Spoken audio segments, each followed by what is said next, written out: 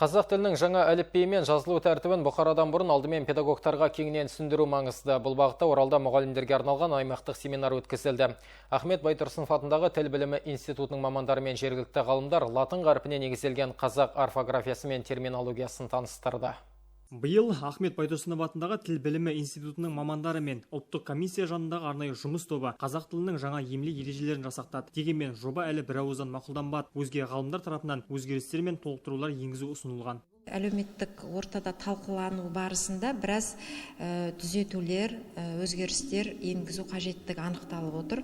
Сондықтан осы күнгі ереже толық соңғы нұсқа деп айта алмаймыз. Бұл ереже күз айында, яғни қыркүйек, қазанға қарай соңғы түзетілген, толықтырылған нұсқасы ұсынылатын болады. Сонымен қатар филологтар жаңа орфографиялық сөздік пен анықтағыш құрал дайындауды қолға алды. Жинақтар халықтың латын қарпіне тез бейімделуіне жол ашады. Семинарда ғалымдар педагогтарға жаңа әліпбидің жазылу тәртібін түсіндірді. Латын графикасы арқылы әдеби шығармалардан үзінділер келтірілді. Біз кеше күні қазақтың қоғам қайраткері Оразгүл Асанғазықызымен кездесіп, көкейімізде қордаланып жүрген мәселелер туралы ой бөліссек, бүгінгі күні терминология саласы, яғни қазақ тіліндегі көптен бері шешілмей жатқан түйінді мәселелер туралы көп ақпарат алдық. Әріптердің қаншалықты таңбалану мәселелері осы жөнінде біршама ой айтылды.